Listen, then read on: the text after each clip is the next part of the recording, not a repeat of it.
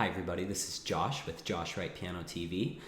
I'm glad to be back with you guys. I have been learning a lot of repertoire lately. I've just started my second year of my doctorate here at the University of Michigan, and so I've been absent for about a month and a half, but I want to get back doing these videos. I find so much joy out of doing these and hearing from each of you.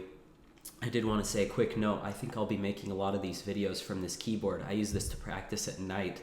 And as I do most of my practicing at the school during the day, so I won't be able to make the videos as frequently if I have to be at a grand piano at all times because I don't have one here in my apartment.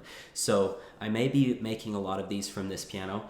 Also, I realize a lot of my YouTube audience, people watching for these piano lessons, don't have a grand piano to practice on at all times. So hopefully the demonstrations on these can give you an idea of what you can do in order to supplement practice. I would recommend to each of you that you practice as much as possible on a grand piano as it develops strength, but certainly I understand that everyone is in different situations, and I want you to know that you can still develop as a pianist on a keyboard. It won't be quite as fast and it won't be quite as efficient, but you still can. I still certainly learn a great deal of repertoire at this keyboard late at night. You can plug in headphones.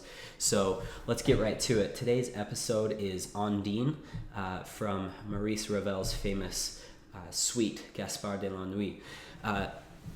If you read the poem or read a translation of it, basically it's about this water sprite, which I like to think of just something like a mermaid or things like that. And she is talking to this man, and she's very cunning. You hear her voice all throughout this piece. And I have this volume low. It's a little bit late, but just so you can hear my voice better as well, I've turned down the volume on this keyboard.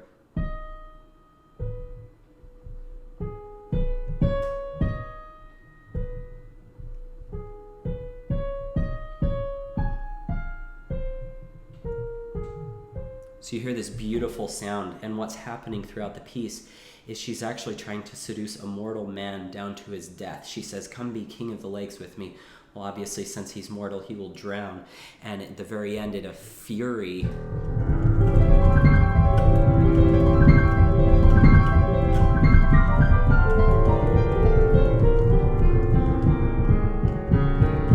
she kind of sprays this water. She just goes off into a fury into the distance, never to be seen again.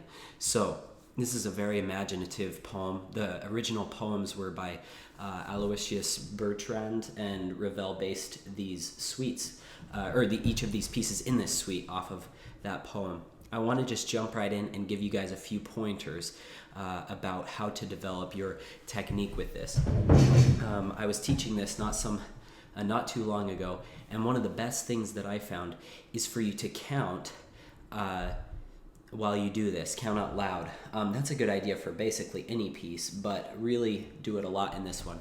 So it starts with not a full measure. So 3 and 4 and 1 and 2 and 3 and 4 and. Okay?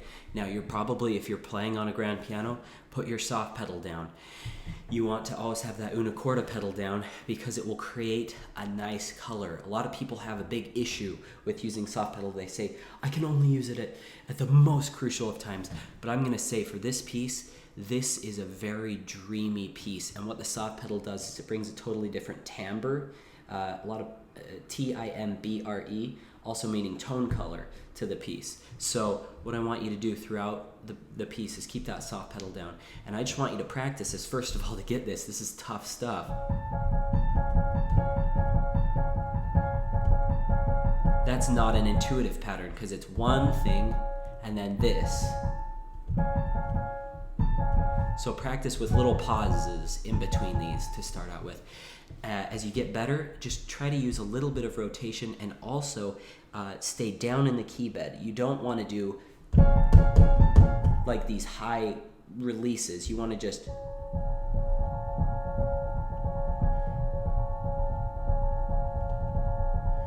see how soft you can get. Now this volume is turned down, but I promise you I can do it.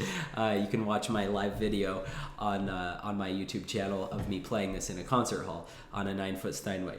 So So keep close to the keys. If you could keep the keys slightly depressed as well, just push down ever so slightly, then you can kind of just quiver back and forth.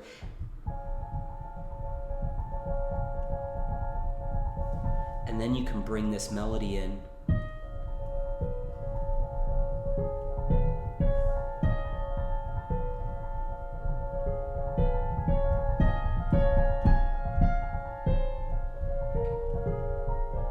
Let's also talk about the concept of long phrases here.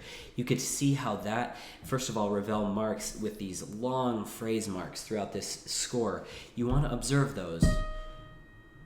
Feel it breathe down a little bit, like a sigh. Da-dum. Think of her, this water sprite saying, Ondine. Think of that. It's kind of a tone painting technique there.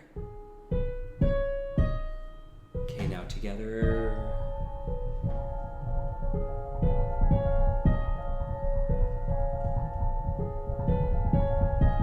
Okay, let's move on just for the sake of time. I try to keep these videos to 10 minutes. Okay, just a couple other little things to watch out for in this piece. Certainly 10 minutes is not going to teach you how to play Gaspard on Nuit. Right here, whenever you have these crossovers, pick a hand to be higher and pick a hand to be lower. I personally like the right hand to be lower and the left hand to be higher.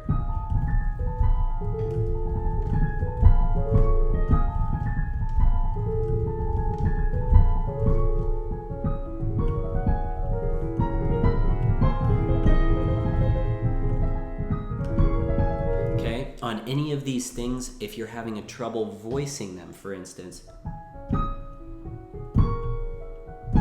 smack them out first of all. And then, it sounds really crude to do that. What it does is it gets your hand used to voicing that, and then caress it.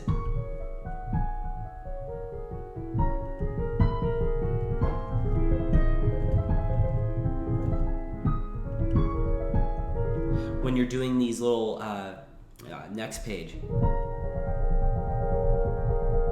this can be really kind of frustrating, like you're gonna get troubles going back and forth like that. So practice it by itself before trying to put this melody in there.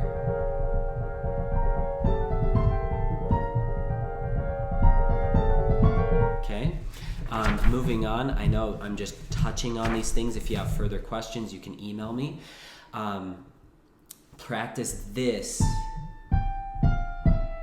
by itself. So that, and then practice again, exaggerating the voicing.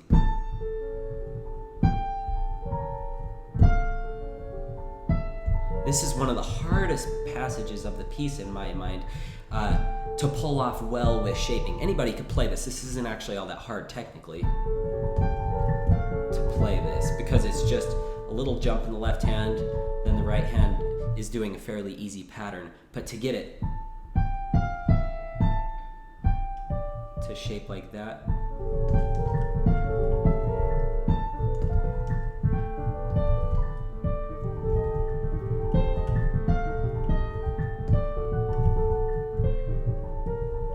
can be a bit of a challenge. Now on to these thirds. What I got a great piece of advice from my current teacher about these thirds, because sometimes I've always felt pretty comfortable playing these. Actually, I don't feel at all comfortable playing Chopin's Thirds Etude. But when you do these, rotate over the thumb. So let go and then rotate over the thumb. Thumb, thumb, thumb. And that, or that allows you to choose your tempo, but still maintain that anchor, that control that you can rotate around. My last thought, first of all, before we go on to my last thought, this part was just a pain in the neck. Sorry.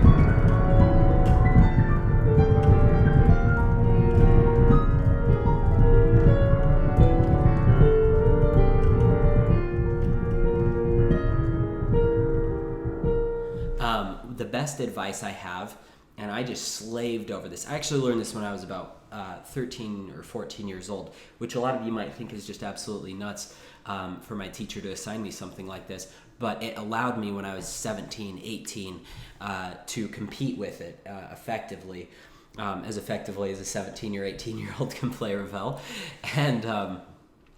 And so starting pieces that are a little bit, beyond you or your age is not always a bad idea if you can handle the technique and you can handle some of the expression.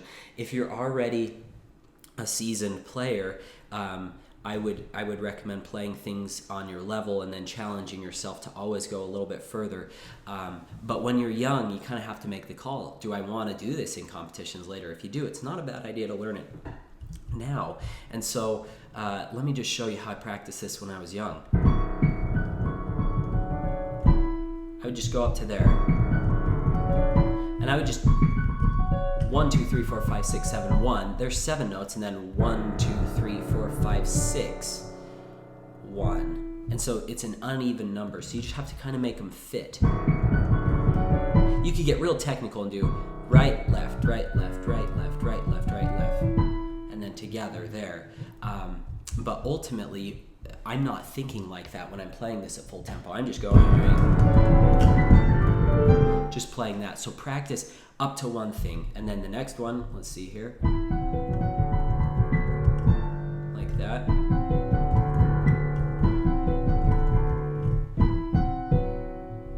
So just practice to there, and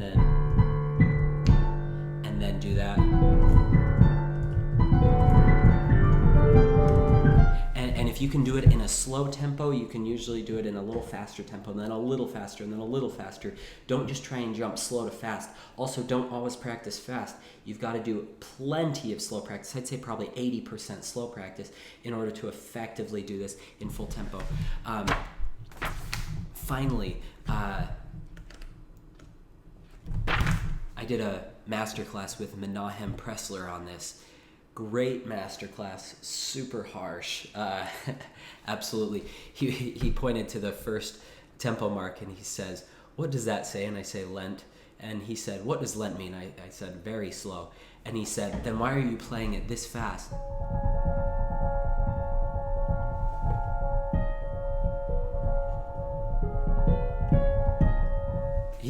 I said, "Well, it's because the melody is ultimately slow." He said, "Does this sound like a Lent melody to you? Or does it sound more like a moderato?" And I said, "Absolutely more moderato."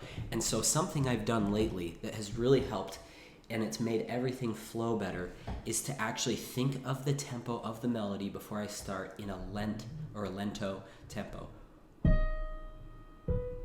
Don't drag, but give it time to breathe.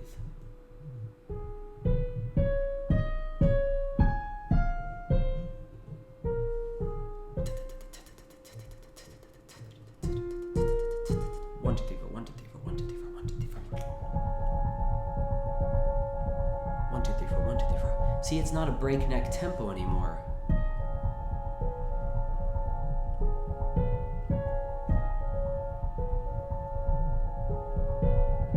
That's my last big thought. One other thing that just came to mind. If you want to start this in a competition, or because I assume people that are going to play Ondine are probably at a competition level, I do not recommend this piece at all for anyone who is not a seriously advanced player. This is just way too much to undertake.